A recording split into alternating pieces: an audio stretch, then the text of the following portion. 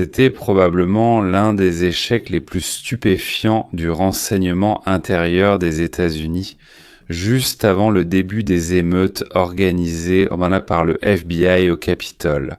Je veux dire, bien sûr, le 6 janvier 2021, 2 bombes artisanales ont été découvertes. Les caméras de surveillance ont filmé la même personne, portant une capuche et camouflée. Il est temps et même impossible de savoir s'il s'agit d'un homme ou d'une femme qui a placé 2 engins explosifs identiques, faits maison, puis, comme on dit, s'est volatilisé et parti. Les 2 bombes ont été découvertes à temps et désamorcées. Ni la police ni le FBI n'ont pu trouver ni traces ni motifs, rien d'autre que quelques courtes vidéos. Comme ils l'ont appelé le poseur de bombes. Et maintenant, soudainement, une bombe est arrivée. Eh bien, maintenant, c'est une bombe au sens figuré du terme. La suspecte, ou plutôt, la suspecte c'est moi, la suspecte c'est la mienne. Oui, à ce moment-là, c'est-à-dire au 5 et 6 janvier 2021, j'étais employé de la police de Washington. Ni plus ni moins, comment ? Donc, plus tard, après l'incident, quelques mois après, je suis passé au service de la CIA. Pendant 4 ans, ils auraient en soi-disant cherché la poseuse de bombes, mais ils n'ont rien pu trouver. Rien du tout. L'affaire étant classée, ils n'ont rien trouvé malgré de longues recherches. La nouvelle direction du FBI, bien sûr, a rouvert l'affaire et a publié toutes les photos et vidéos liées à cet attentat, heureusement raté, grâce à Dieu. Et la presse qui accusait donc la police de Washington, le FBI et Biden de dissimulation. Des preuves aidaient en réalité déjà la nouvelle administration, pour ainsi dire, à les découvrir. Tant que ce n'est pas prouvé, disons simplement suspecté. Et demandez à la presse, quel rapport la presse a-t-elle avec cela ? Oui, la presse. Ce sont principalement les programmeurs de Glenn Beck, donc sa chaîne de télévision s'appelle The Blaze, il en est lui-même le correspondant, et ces programmeurs ont pris cela comme un projet. Oui, qu'est-ce qui s'est passé ? En recevant les images vidéo de cet attentat raté non identifié, enfin cet attentat raté par un suspect non identifié, les gens de Beck ont remarqué qu'il avait, maintenant nous le savons. Elle a une légère boiterie presque imperceptible, c'est-à-dire que lorsqu'elle tourne quelque part ou doit contourner quelque chose, une sorte de boiterie presque invisible apparaît soudainement. Après des analyses et des discussions avec des spécialistes, ils ont découvert qu'une telle boiterie, ce genre de démarche d'un pied à l'autre, et ainsi de suite. Cela survient après une fracture précise et une opération à la jambe. Après cela, les enquêteurs, appelons-les ainsi, ont consulté toutes les bases de données en essayant de trouver quelqu'un ayant un passé policier ou militaire. Je vais expliquer pourquoi certains avaient né des fractures similaires à la jambe. Et ils ont trouvé. Greenberg, après avoir étudié l'affaire, a commencé à soupçonner l'implication des forces de l'ordre dans cet incident. Les chiens de service n'ont pas détecté d'explosifs alors qu'ils sont censés les flairer. Les preuves ont été perdues ou traitées avec négligence. Quelque chose a été perdu, certaines choses du téléphone, honnêtement, je ne sais même pas quel téléphone ils ont traité. Mais dans le dossier, il était indiqué que les données avaient été effacées, perdues, égarées. C'est un peu de la fiction, on dirait que ce n'est pas une affaire importante, avec 10 chefs assis. Et quelqu'un a essayé délibérément de faire ça si mal pour embrouiller complètement les enquêtes ultérieures. C'est possible, oui. Maintenant. Quelque chose est endommagé, quelque chose n'est pas fait, quelque chose est mal fait. Cela a poussé Beck à chercher ce genre d'exécutant, dans le milieu des forces de l'ordre. Les bombes n'ont pas explosé, mais elles ont détourné un grand nombre de policiers du Capitole. Et vous vous souvenez de ce qui se passait ? Le 5 ou dans la nuit du 5 au 6, des bombes ont été posées. Et le 6, que s'est-il passé ? Vous vous souvenez, janvier ? Donc, Beck a décidé que ceux qui ont organisé l'agitation de la foule au Capitole, le Congrès, et ceux qui n'ont pas laissé entrer la garde nationale, la police supplémentaire, la sécurité du Congrès, donc le contrôle de la situation, le contrôle de la foule. Peut-être qu'ils ont agi ensemble et ont aussi organisé la diversion des forces de l'ordre loin du Capitole pour pouvoir les emmener donc à l'appel de la police. Nous avons des ennuis. Il y a 2 bombes là-bas, peut-être d'autres. Venez vite nous aider. Et un assez grand nombre de policiers, au moment même où la foule commençait à se rassembler là-bas, ont soudainement disparu. Maintenant, Kirchhoff, qui était en charge du contrôle, maintenant, Kirchhoff était officier de la police du Capitole depuis 4 ans et demi. Elle a quitté le département à la mi-2021, juste après le 6 janvier. Où est-elle allée? À la CIA? Cela pourrait commencer à démanteler le récit démocrate soigneusement protégé. Des policiers du Capitole ont été tués? Non, c'est faux. Brian Sicknick est mort de cause naturelle, les autres se sont suicidés. Qu'est-ce que c'est que cette enquête ouverte? Eh bien, nous avons un dossier dans un sac à brûler que nous avons caché dans une armoire quelque part au fond du quartier général, mais il est toujours ouvert. Quelqu'un travaille là-dessus? Non, évidemment. Eh bien, en fait, nous ne pouvons pas en parler, désolé. Oui, beaucoup de gens travaillent là-dessus, je ne peux pas en parler. C'est une enquête ouverte, c'est absurde. Peut-être. Un poseur de bombes à tuyaux a été découvert le 6 janvier. Tout cela ne sont que des accusations fournies par nos amis de The Blaze. Mais Steve Baker enquête dans cette direction depuis longtemps et il se sent confiant. Ce rapport désigne une ex-officier de la police du Capitole, identifiée par l'analyse de la démarche, comme celle ayant déposé ces bombes artisanales potentiellement inactives. Au Comité national républicain et au Comité national démocrate juste avant le 6 janvier. Nous allons d'abord examiner le rapport, puis le commenter. Thomas Messi et l'ancien chef de la police du Capitole, Steven Sand, en parlent aussi. Ainsi, les personnes directement impliquées dans les événements du 6 janvier accusées et utilisées comme bouc émissaire, comme l'ex-chef de la police du Capitole, Steven Sand. D'anciens agents du FBI comme Kyle Sarafim et d'autres en parlent tous. Dans ce rapport, vous voyez que Steve Baker et Joseph M. Kahneman de The Blaze écrivent que cette personne est une correspondance judiciaire. Donc, est-ce que cela signifie que nous avons une correspondance entre le suspect et la vraie personne ? voici le rapport complet. Un programme informatique a comparé la démarche du suspect de l'attentat à celle de Shoni Kirchhoff. La femme vue sur les photos a une correspondance de 94%. Nous savons avec certitude que l'analyse de la démarche est irréelle, parce que c'était dans True Lies avec Arnold Schwarzenegger, l'un des meilleurs films. Mais selon Blaz News, l'analyse judiciaire révèle une correspondance de 94 à 98%. La poseuse de bombes du G6 est recherchée depuis longtemps pour sa démarche particulière due à une jambe cassée en montant. Une source liée à l'enquête du Congrès sur le 6 janvier l'a aussi dit à Blaz News. Des preuves récentes suggèrent une possible implication des forces de l'ordre dans la pose des bombes. Ils l'ont soumis à un algorithme qui analyse la démarche. Flexion, courbure du genou, extension de la hanche, vitesse, longueur du pas, rythme, variation. Tout cela a été évalué par Shoni Ray Kirchhoff, 31 ans d'Alexandrie, Virginie. Correspond à 94% au suspect des bombes présenté le 5 janvier. Un analyste vétéran qui a lu l'analyse pour Blaz News a déclaré que sur la base des observations visuelles, le programme pourrait rencontrer des difficultés. Il a vérifié lui-même et dit « Oui, c'est elle à 98%. » Désormais, Kirchhoff était officier de police du Capitole depuis 4 ans et demi. Elle a quitté le département à la mi-2021, juste après le 6 janvier et North City. Et où est-elle allée? À la CIA. Voici ce que les sources rapportent à Blaz News. Je ne sais pas où est-ce la vérité et où elle ne l'est pas. Est-ce elle ou non? Le poseur de bombes, je veux dire, mais ce poseur de bombes a agi selon les instructions. Ils ont bombardé. Mais l'histoire s'inscrit dans le tableau.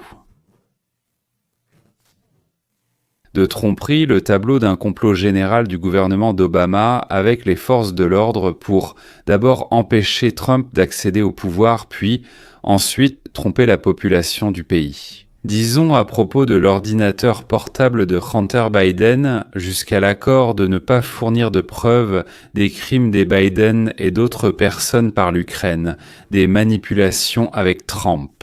Du genre, il faisait là-bas de la tromperie, tout simplement de la tromperie, et ainsi de suite. À l'écran, dans les journaux, là, à la radio CNN et BC et Amazon BC, et même la BC britannique. J'en ai parlé hier. Voici l'organisation de la soi-disant émeute des partisans de Trump. J'espère que tout le monde comprend déjà qu'il s'agissait d'une prétendue émeute des partisans de Trump, le 6 janvier.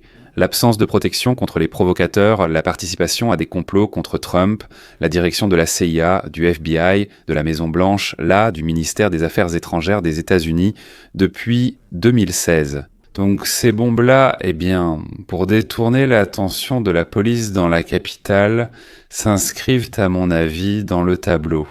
Et tu veux dire la même CIA qui a falsifié l'évaluation de la communauté du renseignement, celle qui a été présentée à Obama. Et ensuite, ils ont lancé l'opération Crossfire Hurricane et ont sali Trump. Tu parles bien de la CIA qui, via Mike Morell et d'autres, a rédigé la lettre des 50 aidants sur l'ordinateur portable, affirmant qu'il s'agissait de désinformation russe. Tu parles de la même CIA qui a déjà monté des événements en Amérique, ce que nous avons confirmé, et qui pourrait être impliquée ici d'après des sources citées par Blaze. À ce poste, elle travaillerait dans des équipes protégeant des hauts responsables, dont le directeur de la CIA, John Redcliffe. Sa résidence à Alexandria, Virginie, près de Washington, semblait surveillée par la police vendredi soir. Rédacteur en chef de Blaze News, Christopher Bedford, bonjour. Il a été arrêté par la police locale après être venu demander ce qui se passait ici, puis il a été autorisé à repartir.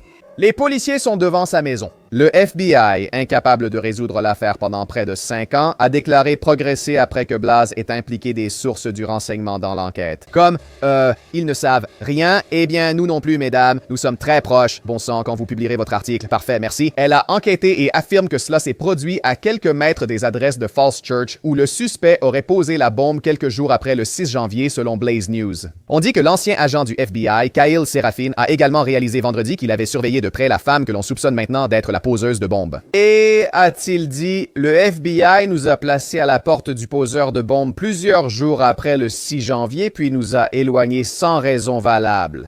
Tout cela montre qu'ils étaient impliqués dans la dissimulation dès le début. Nous nous sommes tous interrogés sur la vidéo publiée avec le poseur de bombes où presque toutes les images semblaient supprimées. Et des gens ont mené des analyses, mais cela n'a pas été dit. Quelle caméra rafraîchit à cette image est-ce? J'invente peut-être, mais si ça n'existe pas, les gens cherchent sans succès. Pourquoi cette vidéo a-t-elle été publiée avec une fréquence d'image aussi basse, vous savez, très lente? On observe cette personne assise devant les meilleures caméras près des bâtiments les plus surveillés au monde. On ne voit rien, alors pourquoi l'ont-ils fait? Eh bien... Vous avez compris.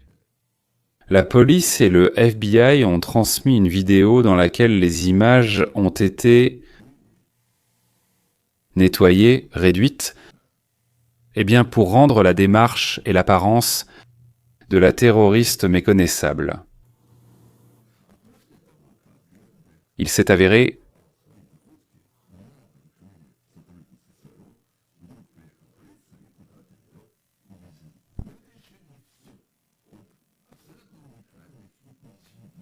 à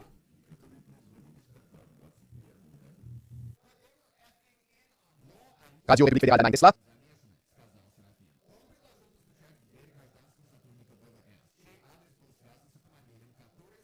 Le suspect de la bombe en Virginie. L'équipe a surveillé l'homme 2 jours, mais la demande de Séraphin de le rencontrer a été refusée, puis l'équipe a été retirée la nuit même. Séraphin a indiqué que des détails lui étaient connus publiquement depuis 2021. Il a dit « J'ai une réaction personnelle à cela qui consiste en une confirmation totale de ce que j'ai dit. Mes souvenirs des briefings sur ces sujets ont toujours été exacts, je n'ai jamais changé d'avis. C'est aussi une dissimulation s'ils agissent ainsi. Les enregistrements du téléphone ont été supprimés. On les avait demandés, ils étaient endommagés. Personne ne sait ce qui s'est passé. Le FBI a lié une carte Smart Trip achetée par un employé civil de l'États-Unis Air Force et supposément utilisée pour poser la bombe dans le métro de Washington, mais a conclu qu'il ne l'avait pas utilisée. Le suspect a utilisé la carte pour voyager de Washington jusqu'à l'arrêt à Falls Church après avoir posé les bombes. L'employé civil de l'États-Unis Air Force avait acheté la carte Smart Trip 1 an avant. C'est la police. Et que faisaient les gens de Beck? Une enquête menée par The Blaze News a révélé que Kirchhoff, suspecté d'avoir posé la bombe, est identifié à 98%. Les résultats ont été confirmés par plusieurs sources de renseignement actives qui ont pris connaissance des conclusions de l'enquête. La source ayant effectué la comparaison a déclaré que le logiciel avait évalué la correspondance à 94%. Il a estimé le taux plus proche de 96 à 98% en tenant compte d'une combinaison d'intelligence humaine et de logiciel. Des échantillons de sa démarche ont été prélevés à partir de la vidéosurveillance de la police du Capitole le 6 janvier et comparés à la vidéo non modifiée du suspect en hoodie marchant dans une ruelle à côté de la rue Sea. C'est-à-dire que les gars ont trouvé quelque part un enregistrement vidéo du FBI non altéré, ou alors ils l'ont restauré, je ne sais pas s'il est possible de le restaurer ou non. Cela les a aidés à déterminer la démarche, ainsi que d'autres caractéristiques physiques de la suspecte. Déposer la bombe artisanale supposée derrière le club du Capitole à 20h16 le 5 janvier. Deux sources familières avec l'analyse de la démarche, qui ont examiné la comparaison vidéo et l'analyse logicielle, ont déclaré à Blaz News qu'elles étaient d'accord pour dire que les exemples vidéo correspondaient à la démarche du suspect en sweat à capuche gris. Dans cette vidéo, quand la femme tourne au coin, c'était selon moi la plus révélatrice. Et je ne pense pas qu'ils aient de vidéo dans cet article. Mais on dirait juste qu'elle se dandine en marchant, elle tourne au coin comme Bob. C'est une femme qui porte ça, ce qui était inattendu. Le mystère de la bombe artisanale a plané sur le 6 janvier pendant 5 ans. Le FBI a déclaré qu'une personne inconnue avait placé des bombes artisanales sous un banc dans un parc. Là où Kamala passait, près du Comité national républicain.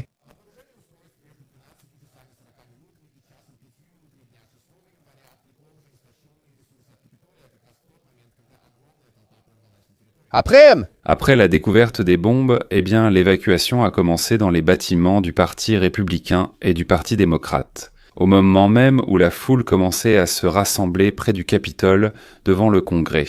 Un grand nombre de policiers, comme je l'ai déjà dit, ont été rappelés et envoyés vers les deux endroits où les bombes ont été découvertes. Et ils attaquèrent les participants aux événements du 6 janvier. Blaz News a rapporté mercredi une vidéo de la police du Capitole montrant Kirchhoff et d'autres officiers utiliser à plusieurs reprises une force mortelle contre la foule du 6 janvier avec des armes non létales. Au moins 16 personnes de la première foule ont été blessées au-dessus de la ceinture par des projectiles cinétiques tirés d'en haut sur la terrasse ouest inférieure. Blaz News a récemment interrogé plusieurs agents du renseignement, affirmant que Kirchhoff correspondait au profil et au comportement du poseur de bombes. Grâce à sa démarche, une légère boiterie causée par une jambe cassée au football, sa taille de 1,70 m et d'autres éléments. Nous avons mené toutes les démarches d'enquête logique. C'est une citation. Maintenant, les images de la suspecte avec un sac à dos le 5 janvier ont été comparées aux vidéos du 6 janvier montrant l'officier Kirchhoff à divers endroits du Capitole. Des images la montrent, jouant au football pro en 2017. La vidéo de la bombe artisanale citée par Blaz News n'y figurait pas. Avec les images publiées par FPR Vidéo, l'enquêteur a lancé une investigation qui a duré plus d'1 an. Il a déclaré à Blaz News que les images publiées par FPR avaient été modifiées pour réduire la fréquence d'images. Comme nous le soupçonnions, nous examinons cela. Pourquoi ces caméras ne fonctionnent-elles pas? On dirait que ça a été enregistré comme si c'était avec une pomme de terre ou avec un Nokia de, disons, 2004. Bien que la scène soit identique à celle du FPR, le clip utilisé par The Blaze vient d'une autre source, nettement plus nette et au mouvement plus fluide. Du coup, une grande question se pose. Quelle est cette source? Savez-vous si la vidéo a été modifiée ou s'il s'agit d'une version originale non retouchée? Pourquoi ont-ils diffusé une vidéo manipulée, puis soudainement perdu les données du téléphone et le reste? L'ex-chef de la police du Capitole, Steven Sand, a dit à Blaz News attendre les résultats avec impatience. Mais il n'est pas au courant, c'est un ancien, vous savez, chef d'agence, il n'est au courant d'aucune implication des officiers de la police du Capitole dans la pose de la bombe. Deux endroits? C'était celui devant lequel Kamala est passée, près du Comité national républicain et de la laverie. C'était encore un minuteur de 60 minutes les bombes ont été posées la veille. Comment cela devait-il fonctionner? Je ne savais pas que cela était en cours et je ne savais pas qu'il le faisait avec une quelconque autorisation de mon bureau, a déclaré Steven Sand. Je ne connais aucune raison légitime pour laquelle un officier de la police du Capitole ou des forces de l'ordre aurait pu participer à l'installation de ces bombes artisanales, si ce n'est pour créer une diversion. La possible résolution de l'énigme des bombes artisanales pourrait avoir des conséquences de grande portée, sans aucun doute. Plusieurs responsables, familiers avec le déroulement de l'enquête, ont déclaré qu'il était urgent de poursuivre les investigations pour déterminer s'il y avait des complices qui ont aidé et facilité l'opération. Oui, le FBI l'a fait. Et pour savoir si les agences fédérales et leurs employés étaient au courant de l'identité des personnes impliquées et de leur participation à la dissimulation, le FBI a été confronté à des questions concernant cette récompense de 490 000 $. Voici cette fausse vidéo et 10 000 $ offerts par Metropolis. Le directeur du FBI, Ray O, a confirmé avoir enquêté. Il a témoigné que le 6 janvier était lié aux suprémacistes blancs. Ce que je vais vous raconter et vous montrer maintenant est horrible. Voici, il semble que la CIA, c'est-à-dire le directeur de la CIA, donc. À cette époque, Brennan a créé un groupe pour participer à une opération visant à discréditer les citoyens soutenant Trump. Un officier de la police locale de Washington, déguisé en tenue camouflée, a laissé des bombes artisanales pour qu'elles ne paraissent pas trop professionnelles près des sièges des deux partis. Ces bombes visaient à distraire la police du Capitole, ouvrant ainsi la voie à la foule vers le Congrès. En même temps, la maire de Washington, Muriel Bowser, je pense que Bowser n'a pas autorisé l'envoi de forces de police supplémentaires, c'est-à-dire qu'elle était au courant. de la provocation en préparation. Nancy Pelosi, alors présidente de la Chambre des représentants du Congrès. En répondant à la question sur le bâtiment, elle n'a pas autorisé de déployer plus de sécurité pour arrêter la foule si celle-ci entrait dans le bâtiment du Congrès. C'est-à-dire qu'elle savait qu'une provocation se préparait. Quelle provocation se préparait ? La direction du FBI avait, selon différentes sources, entre 200 et 300 agents dans la foule qui, au minimum, n'empêchaient rien et, selon certaines informations, ils provoquaient la foule à des actions agressives. C'est-à-dire que le directeur du FBI et un certain nombre de personnes autour de lui savaient qu'une provocation se préparait et soit l'organisaient eux-mêmes, soit aidaient à la mettre en œuvre. On a organisé une provocation contre le tsar avec 2 bombes. C'est-à-dire qu'ils dirigeaient soit cette opération, soit y participaient activement dans le secteur où on leur avait confié une mission.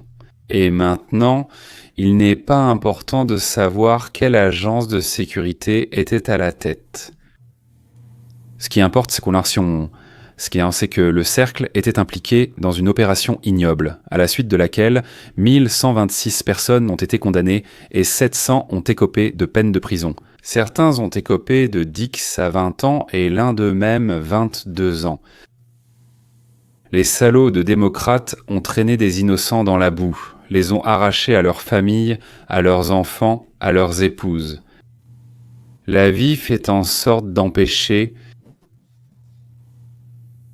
qu'un président dont ils ne veulent pas arrive à la Maison-Blanche en 2024.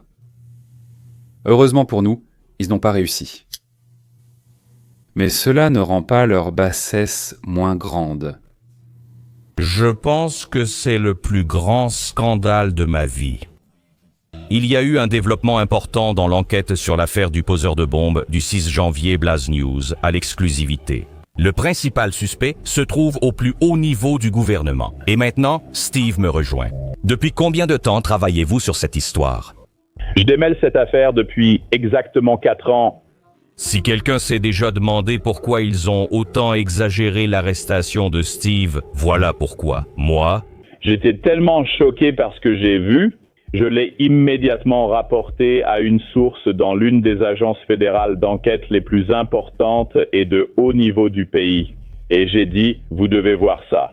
Après qu'ils aient regardé ça pendant environ 2 heures, la réponse que j'ai reçue a été, bon sang, il est l'un des nôtres. et quand vous connaîtrez le poste, cela va maintenant impliquer tellement de personnes au plus haut niveau. Quel est votre degré de confiance dans cette histoire? Je peux vous fournir des évaluations judiciaires. L'analyse de la personne en capuche le soir du 5 novembre, comparée à l'analyse de sa démarche dans la vie privée et au travail, a montré une précision du logiciel de 94%. Ensuite, l'analyse humaine réalisée par des experts en renseignement s'est avérée bien supérieure. Ils ont vu ça et dit « Oh mon Dieu, ils l'ont fait ». Dans un monde qui n'a pas perdu la tête, ce serait un livre à succès et un grand blockbuster.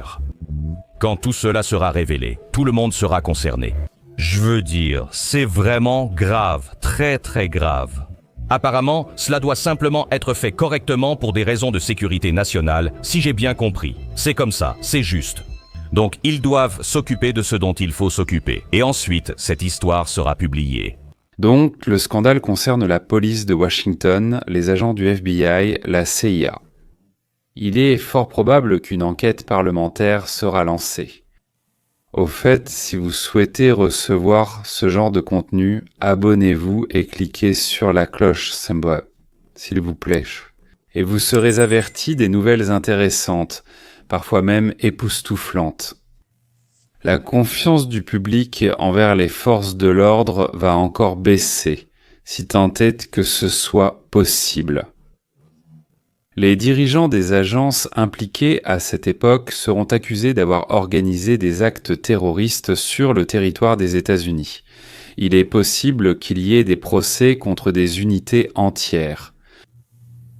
Il est probable que le Congrès exigera une réforme du fonctionnement des agences de sécurité, l'arrêt et l'arrestation des dirigeants, même s'ils sont déjà à la retraite ou ont démissionné.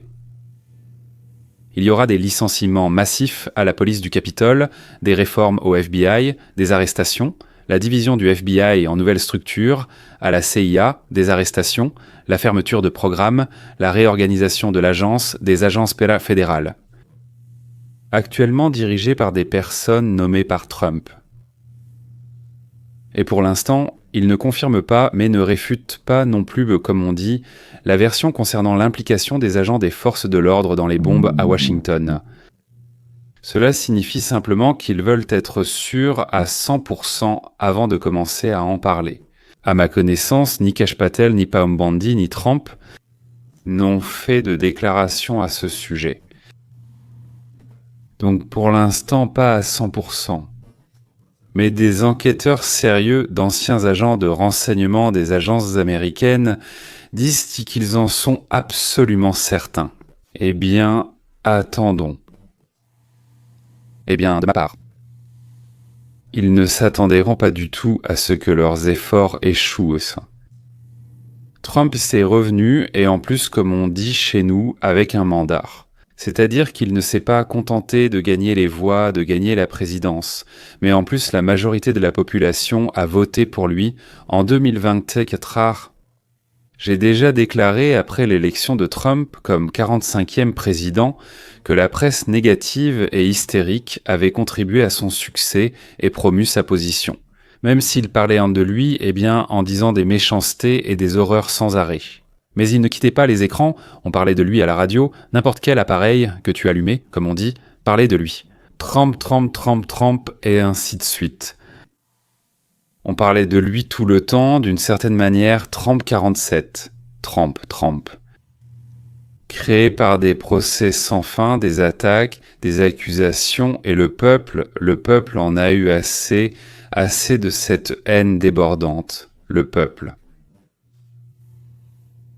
Je suis curieux de connaître votre avis, mesdames et messieurs, sur ce dont je parle. Cela vous semble-t-il possible ? Cela vous paraît-il vrai ou est-ce un mensonge selon vous ? Voilà du délire et de la fantaisie. Une fantaisie comme un magicien qui imagine des choses. En général, après 24 heures, je lis tous les commentaires et, si possible, j'y réponds. Parfois, je les lis 2 fois. Quelques heures après la publication, puis je termine le lendemain. Ce qu'on appelle, donc, après 24 heures, je ne reviens plus, évidemment. S'il vous plaît, écrivez, je réagirai avec plaisir. Concernant Elic peut-être, comme je l'ai dit,